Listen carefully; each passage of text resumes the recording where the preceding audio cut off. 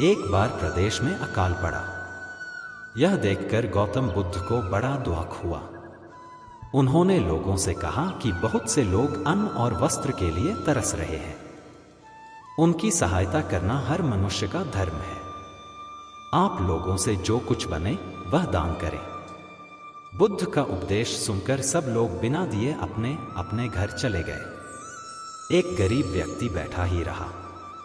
उसने सोचा कि मेरे पास तो ये वस्त्र हैं, अगर मैं इन्हें उतार कर दे दूंगा तो नंगा हो जाऊंगा। उसने फिर से सोचा कि मनुष्य बिना वस्त्र के पैदा होता है और बिना वस्त्र के ही चला जाता है। न जाने कितने साधु सन्यासी बिना वस्त्र के रहते हैं, फिर मैं बिना वस्त्र के क्यों नहीं रह सकता। उसने अपने वस्त्र उतारकर बुद्ध को दे दिए। भगवान बुद्ध ने उसे आशीर्वाद दिया। वह प्रसन्न होकर घर की ओर चल पड़ा। वह खुशी से चिल्लाकर कह रहा था, मैंने अपने आधे मन को जीत लिया है। तभी सामने से राजा की सवारी आ रही थी। उस गरीब की बात सुनकर राजा ने उसे अपने पास बुलाया और पूछा कि तुमने आधे मन को कैसे जीता है। उस गरीब ने कहा कि भगवान बुद्ध दुखियों के लिए दान मांग रहे थे। यह सुनकर मैंने अपने वस्त्र उतार दिए। पहले तो मेरे मन ने इनकार किया, फिर मैंने उसे समझाया कि मनुष्य बिना वस्त्र के पैदा होता है और मृत्यु होने पर साथ में कुछ भी नहीं जाता। राजा उसकी बात से बड़ा प्रसन्न हुआ। उसने मोतियों का हार और कीमती वस्त्र उसे दिए। उसने वह सब ले जाकर भगवान बुद्ध के चरणों में रख दिए। बुद्ध ने उसे हृदय से लगाते हुए कहा, जो दूसरों के लिए अपना सब कुछ दे देता है उसकी बराबरी कोई नहीं कर सकता। दाता दाता चले गए, रह गए अब कंजूस। दान मान समझे नहीं, लड़ने को तजबूत। अहिंसा परमो धर्म। भगवान बुद्ध ने बताया कि सही मार्ग न तो भोग का है न कठिन साधना का है। एक बार गौतम बुद्ध ने देखा कि सामने से भेड़ बकरियों का एक झुंड निकल रहा है। चरवाहा इस झुंड को कठिनता से घेर रहा था। बुद्ध ने कहा, अरे क्या कठिनाई है। चरवाहे ने कहा, भगवान, मेरे इस झुंड में एक लंगड़ा मेमना है। वह अन्य पशुओं के साथ कठिनाई से आगे बढ़ रहा है। बुद्ध ने प्रेम पूर्वक पूछा, इस भरी दोपहरी में इन भेड़ बकरियों को घेर कर तुम कहाँ ले जा रहे हो। चरवाहे ने उत्तर दिया, मुझे राजा की आज्ञा मिली है कि आज सायंकाल राजा यज्ञ करा रहे हैं, उसमें बलि के लिए 100 भेड़ बकरियों की आवश्यकता है, अतः इनको वहां पहुंचाने जा रहा हूं। बुद्ध ने कहा, चलो मैं भी तुम्हारे साथ चलता हूं। उन्होंने लंगड़े मेमने को कंधे पर बिठा लिया और दोनों साथ साथ चल पड़े। जब वे नगर में घुसे तो लोगों ने देखा कि बुद्ध अपने कंधे पर एक मेमने को रखकर चले आ रहे हैं।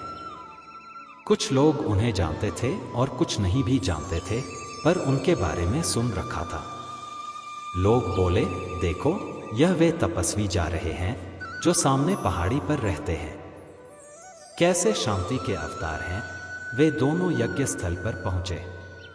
राजसेवकों ने भेड़ बकरियों को गिना, पर जैसे ही वधस्थल पर नियुक्त व्यक्ति पशु की गर्दन काटने को उद्यत हुआ, बुद्ध ने कहा, राजन, वधकर्ता को खड्ग मत चलाने दो, पहले वह मेरी गर्दन पर खड्ग चलाए। हे राजन, पशुओं को छोड़ दो। वह राजा भगवान बुद्ध के आगे नतमस्तक हो गया। उसने बलि के लिए मंगवाए सभी पशुओं को छोड़ दिया और इस प्रकार उस राज्य से हिंसा का हमेशा हमेशा के लिए नामोनिशान मिट गया। बुद्ध की प्रेरणा। भगवान बुद्ध के जीवन में एक घटना हुई। वे चचेरे भाई देवदत्त के साथ बगीचे में घूम रहे थे। उन्हें एक हंस उड़ता हुआ दिखा।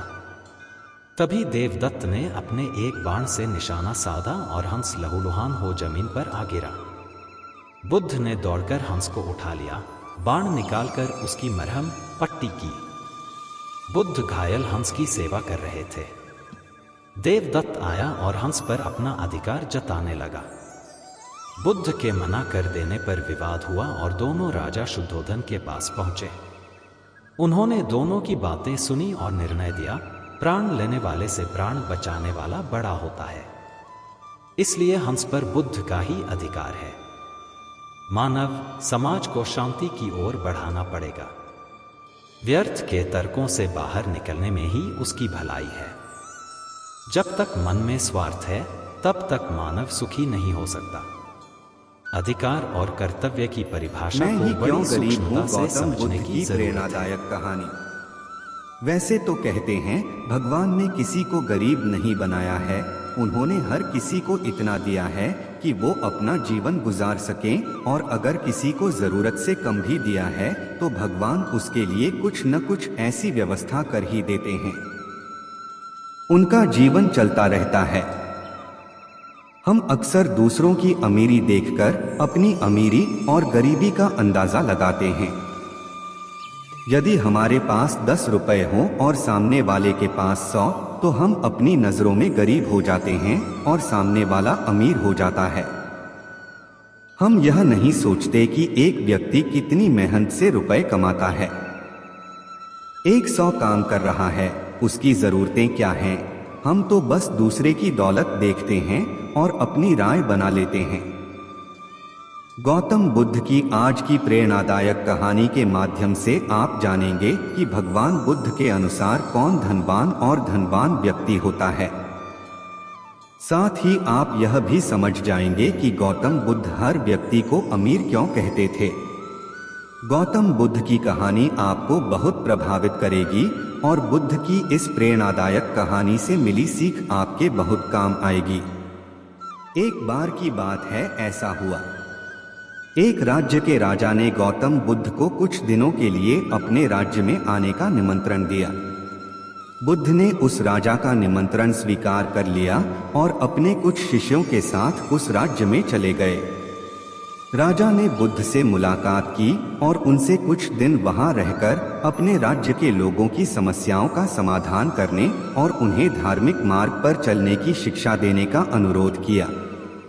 बुद्ध ने राजा की बात मान ली और इस राज्य में 3 दिनों के लिए एक धार्मिक परिषद आयोजित करने का निर्णय लिया। गौतम बुद्ध के आगमन की खबर पूरे राज्य में फैल गई और धार्मिक सभा के पहले ही दिन बहुत से लोग आए। उसी राज्य के चौराहे पर एक भिखारी बैठा रहता था। उसे भी गौतम बुद्ध के आने की खबर थी, लेकिन वह सोचने लगा कि धर्मसभा में जाकर और यहाँ बैठकर उसे क्या मिलेगा। जैसे जैसे लोग आएंगे वे मुझे भिक्षा में कुछ न कुछ अवश्य देंगे। पहले दिन कई लोग आए और इस भिखारी ने अच्छी खासी कमाई की। अगले दिन फिर वही क्रम जारी रहा। भिखारी ने भीख मांगने के साथ साथ यह भी देखा कि धार्मिक सभा में जाते समय लोग उदास और दुखी हो रहे थे और उन्होंने उसे कुछ दिया भी नहीं। जब वह बुद्ध से मिलकर वापस आता है तो बहुत खुश दिखता है और खुशी खुशी भिक्षा भी देता है। यही सोचते सोचते दूसरा दिन भी बीत गया। तीसरे दिन जब बहुत कम लोग आए तो भिखारी परेशान हो गया। उसने कमाई नहीं की। उसने सोचा कि बुद्ध तो सबकी समस्याओं का समाधान दे रहे हैं, तो क्यों न मैं भी उनके पास जाऊं और अपनी गरीबी दूर करने का उपाय पूछूं। ऐसा सोचकर वह भी धर्मसभा में गया, लेकिन वहां लंबी कतार थी। बड़ी मुश्किल से उनकी बारी आई। बुद्ध के पास पहुंचकर उसने प्रणाम किया और कहा, प्रभु, इस गांव में सभी लोग सुखी हैं और सभी लोग धनवान तथा सुख सुविधा संपन्न हैं, फिर मैं गरीब क्यों हूं? तुम गरीब हो क्योंकि तुम हमेशा दूसरों से मांगते रहते हो लेकिन कभी किसी को कुछ नहीं देते हो। भगवान बुद्ध ने उस भिखारी को देखा। आपको लगता है कि लोग तुम्हें भीख में बहुत सारा धन देंगे, लेकिन आप किसी को बदले में कुछ भी नहीं देना चाहेंगे। यह सुनकर भिखारी बड़े आश्चर्य से बोला, हे प्रभु, क्या मैं लोगों को कुछ दूंगा? मैं भीख मांगकर ही गुजारा करता हूँ। मेरे पास देने को आखिर है क्या? बुद्ध कुछ देर के लिए चुप हो गए और कुछ देर रुककर बोले, तुम बहुत मूर्ख हो। भगवान ने तुम्हें और हम सभी को किसी को देने या दूसरों के साथ बांटने के लिए बहुत कुछ दिया है।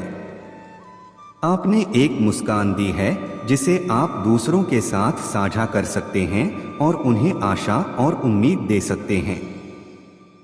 तुम्हें आवाज दी गई है जिससे तुम मीठे बोल बोलकर लोगों की प्रशंसा कर सकते हो। तुम्हें 2 हाथ दिए गए हैं जिससे तुम दूसरों की मदद कर सकते हो। तुम्हें एक स्वस्थ शरीर दिया है जिससे तुम भीख मांगने के बजाय कड़ी मेहनत कर सकते हो।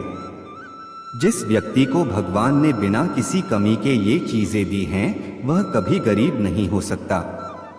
आप सिर्फ अपनी सोच के कारण गरीब हैं। जैसे ही आप इस सोच से बाहर निकलेंगे, आप खुद को दूसरों की तरह अमीर समझने लगेंगे और आपकी जिंदगी भी बेहतर हो जाएगी।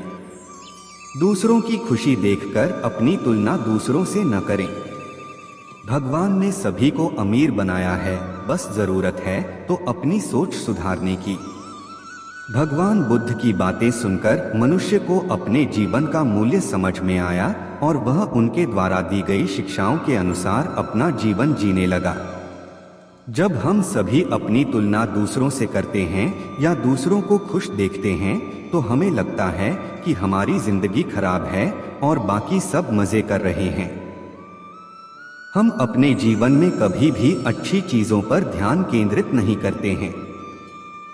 हम कभी यह नहीं सोचते कि भगवान ने हमें स्वस्थ शरीर दिया है, जो सबसे कीमती चीज है।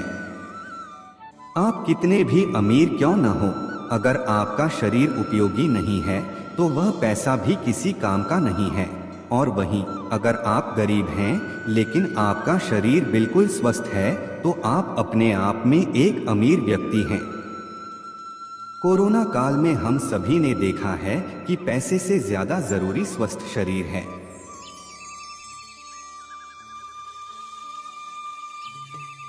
बौद्ध धर्म में निर्वाण। बौद्ध धर्म में निर्वाण अंतिम लक्ष्य अमृत पद माना गया है। बौद्ध धर्म के अनुसार राग, द्वेष और मोह संसार की समस्त बुराइयों, समस्त दुखों की जड़ है। इनसे ग्रस्त व्यक्ति कभी सुखी नहीं रह सकता। राग, द्वेष, मोह से मुक्ति का नाम ही निर्वाण है। भगवान बुद्ध ने और बाद में उनके शिष्यों और अनुयायियों ने बारंबार निर्वाण की प्रशंसा की है। धीरा नामक भिक्षुणी से भगवान बुद्ध ने कहा था, धीरे, तू निर्वाण की आराधना कर, जो अद्वितीय योगक्षेम है। भगवान बुद्ध ने निर्वाण को महासुख भी कहा है और अहंभाव को विसर्जित करने वाला व्यक्ति इस महासुख की अवस्था को प्राप्त कर सकता है। निर्वाण दुख विमुक्ति की अवस्था है और इसलिए वह परम सुख भी है, ऐसा परम सुख जो निरामिष आलंबन की अपेक्षा से रहित है। इस निर्वाण को भगवान बुद्ध द्वारा निर्देशित अष्टांगिक मार्ग पर चलकर उपलब्ध किया जा सकता है। प्रारंभिक बौद्ध साधना में निर्वाण एक उच्चतम आध्यात्मिक अनुभव था। यह अनुभव उच्चतम साधना की अवधि में ही प्राप्त होता है। यह उच्चतम साधना अहंभाव का विसर्जन करती थी, नाश करती थी और फलत व्यक्ति भवसागर पार कर जाता था। पर इसके लिए यह मैं हूं का भ्रम दूर करना अनिवार्य था। बौद्ध धर्म में आत्मा, बौद्ध धर्म में कर्म एवं पुनर्जन्म के साथ साथ आत्मा के विषय में भी गहन चिंतन मिलता है। स्वयं भगवान बुद्ध ने अपने उपदेशों में आत्मा के संबंध में विचार व्यक्त किए और शिष्यों को बताया कि किन किन तत्वों को आत्मा नहीं मानना चाहिए। भगवान बुद्ध के अनुसार मनुष्य रूप, वेदना, संज्ञा, संस्कार और विज्ञान अर्थात चेतना का समुच्चय होता है। जब ये स्कंध कर्म के परोक्ष प्रभाववश संस्कार उत्पन्न करते हैं तो जीवन अस्तित्व धारण करता है। मृत्यु के बाद रूप, वेदना तथा संज्ञा नष्ट हो जाते हैं, परंतु विज्ञान एवं संस्कार शेष रहते हैं। इन्हीं के कारण पुनर्जन्म संभव हो पाता है। भगवान बुद्ध के अनुसार रूप आत्मा नहीं है, वेदना आत्मा नहीं है, संज्ञा आत्मा नहीं है, संस्कार आत्मा नहीं है, विज्ञान आत्मा नहीं है। इनको आत्मा मानना उचित नहीं, क्योंकि ये बाधाग्रस्त हैं, अनित्य दुख हैं। ये कैसे अता अर्थात अपने हो सकते हैं? अंता है। बौद्ध धर्म का दर्शन। भगवान बुद्ध के महापरिनिर्वाण के बाद वैशाली में आयोजित बौद्ध संघ की द्वितीय संगति के परिणाम स्वरूप महासांघिकों की एक अलग सभा का एक प्रभावशील वर्ग स्थविरवाद परंपरा से अलग हो गया था। उन्होंने कौशाम्बी में एक अलग सभा की जिसमें 10,000 भिक्षु उपस्थित थे। कालांतर में बौद्ध धर्म 18 संप्रदायों में बंट गया। इन्हीं में से एक थे वेतुल या वैपुल्यवादी। महापंडित राहुल सांकृत्यायन के शब्दों में वैपुल्य ही वह नाम है जिससे महायान आरंभिक काल में प्रसिद्ध हुआ। महायान का उद्देश्य समस्त प्राणी मात्र का उद्धार करना है। अपने इस उद्देश्य की प्राप्ति के लिए साधक अनेक कल्पों तक पारमिताओं को पूर्ण करता है तथा सर्वज्ञत्व को पाने के लिए सतत चेष्टारत रहता है। दोनों यानों अर्थात हीनयान एवं महायान के उद्देश्य समान हैं, अर्थात बुद्धत्व की प्राप्ति। हीनयान संप्रदाय के लिए निर्वाण आनंद स्थिति है। इसे अर्थात निर्वाण को अर्जित करना पड़ता है। महायान संप्रदाय में निर्वाण साधक की अंतिम, नित्य एवं स्थायी गति है। सामान्य जन भ्रमवश ही उसे समझ नहीं पाते। भ्रम अज्ञान से ही उत्पन्न होता है। निर्वाण उद्बोधन से प्राप्त होता है। बौद्ध धर्म के प्रचार प्रसार तथा भगवान बुद्ध के मूल उपदेशों को अक्षुण्ण रखते हुए महायान ने युगानुरूप उनकी नई सामाजिक व्याख्या की और इस तरह उसे एक नया अर्थ भी प्रदान किया। इस प्रक्रिया में महायान धीरे धीरे एशिया और आज विश्व का एक प्रमुख धर्म बन गया है। उत्तरकालीन बौद्ध धर्म के अनेक आचार्य जैसे अश्वघोष, नागार्जुन, वसुबंधु, असंग आदि ब्राह्मण थे और उन्होंने वैदिक साहित्य का गंभीरतापूर्वक अध्ययन किया था। बाद में वे बौद्ध धर्म से प्रभावित हुए और उसमें दीक्षित भी हुए। इन प्रकांड विद्वानों ने बौद्ध धर्म की दार्शनिक पीठिका को पुष्ट एवं सर्वजन अनुकूल बनाने का महत्तर कार्य किया। उनकी कृतियां संस्कृत और अर्ध संस्कृत में थी। महायान के आचार्यों ने बोधिसत्व संबंधी सिद्धांत भी प्रस्तुत किया। दीर्घ निकाय और मविझम निकाय के अनेक सूत्रों में बोधिसत्व शब्द अनेक बार आया है। भगवान बुद्ध जब अपने पूर्व जन्मों में बुद्धत्व की प्राप्ति के लिए साधना कर रहे थे, तब वह बोधिसत्व ही भविष्य का बुद्ध है। महायान का सर्वकल्याणकारी महान सिद्धांत यह है कि बोधिसत्व वह महाप्राणी है जो विश्व के समस्त प्राणियों की मुक्ति की उपलब्धि तक अपने व्यक्तिगत निर्वाण को स्वीकार नहीं करता। इस तरह दूसरों की विमुक्ति के लिए, पर मुक्ति के लिए अपनी आत्म मुक्ति की बलि चढ़ा देता है। यह एक महान त्याग है। एक तरह से यह मनुष्य को देवत्व की ओर ले जाता है। बोधिसत्व व्यक्तिगत निर्वाण को त्याग कर परसेवा में तल्लीन रहते हैं। वे दुःखपूर्ण संसार का मार्गदर्शन करते हैं, उसे दुखों से मुक्ति दिलाते हैं। उन्हें अपने व्यक्तिगत निर्वाण की चिंता नहीं होती। स्वयं भगवान बुद्ध ने भिक्षुओं से बारंबार जोर देकर कहा था, बहुजन के हितार्थ भिक्षुओं, घूमो बहुजन के सुखार्थ। जात कटक था, जातक कथा, निदान कथा में बोधिसत्व का कथन है, मुझ शक्तिशाली पुरुष के लिए अकेले तर जाने से क्या लाभ। मैं तो सर्वज्ञता को प्राप्त कर देवता सहित इस सारे लोक को तारूंगा।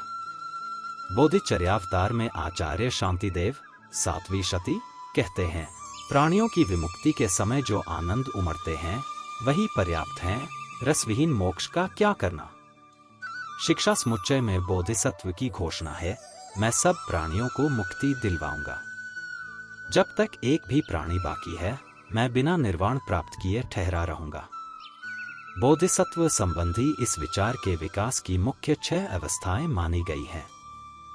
सर्वप्रथम अवलोकितेश्वर बोधिसत्व का आविर्भाव हुआ। वे भगवान बुद्ध की करुणा के प्रतीक थे। उनके बाद मंजुश्री बोधिसत्व आए। वे भगवान बुद्ध की प्रज्ञा का प्रतिनिधित्व करते थे।